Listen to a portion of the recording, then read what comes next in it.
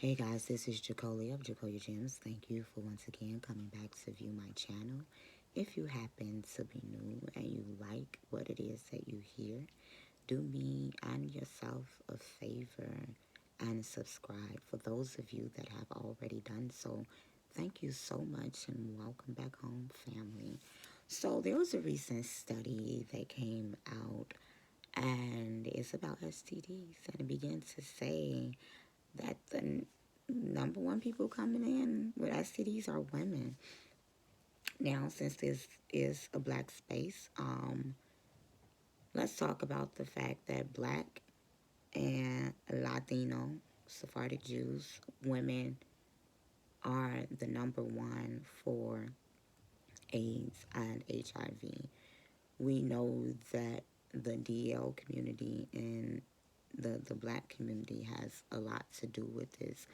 And that's another topic that we will talk about one day as to why that community is so large. We also have to address the fact that a lot of these men are sleeping with multiple women, and we know about it. And one man can be the source of multiple women having the same STD. And most of these women are not just sleeping with that one man. And then they give it to another man, and that man gives it to another woman, and then so on and so forth. And the truth of the matter is, most men are not going to the doctor to get tested. So are these numbers completely factual? Because I've heard several men, Joe Budden podcast, I just heard him on the Daily Wrap-Up Crew, they don't go get tested like that. They make an excuse and say that women have gynecologists. Men have male doctors too. You can request the STD test, sir. Like, what? And the fact that most men are asymptomatic, meaning that they're not going to show symptoms. And so they wait for the woman to go to the gynecologist to get tested and for her to come back with something. We have to stop being hypocritical as women. We have to know that as adults, when you're sexually active, I'm going to put these two things in there. As adults, even without being sexually active, you could get BV and you could get yeast as a male or a female. Now, BV hasn't technically been found in men, but we know that men carry bacteria in their urethra a lot of times from too much yeast, from beers, from poor dietings, poor hygiene, so on and so forth. In their gums and oral hygiene that can cause the female's pH balance to go off.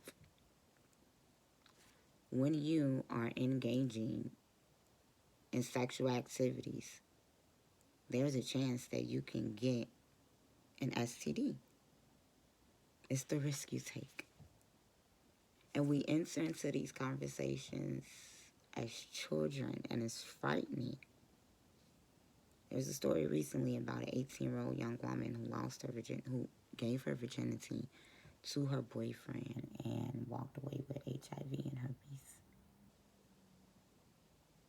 And this is the significance of waiting to marriage, but also having those hard conversations, going to get tested, and waiting for the test results, realizing that STDs can lie dormant for 6 to 9 months. Knowing that you can have a false positive or a false negative for AIDS and HIV. So, when Nick Cannon began to talk about the conditions of the woman in her private regions and said that 80% of women are off, the statistics prove it to be true. And him being one man sleeping with multiple women prove why the statistics are true. A lot of these women use different soaps, eat different things. They're different women.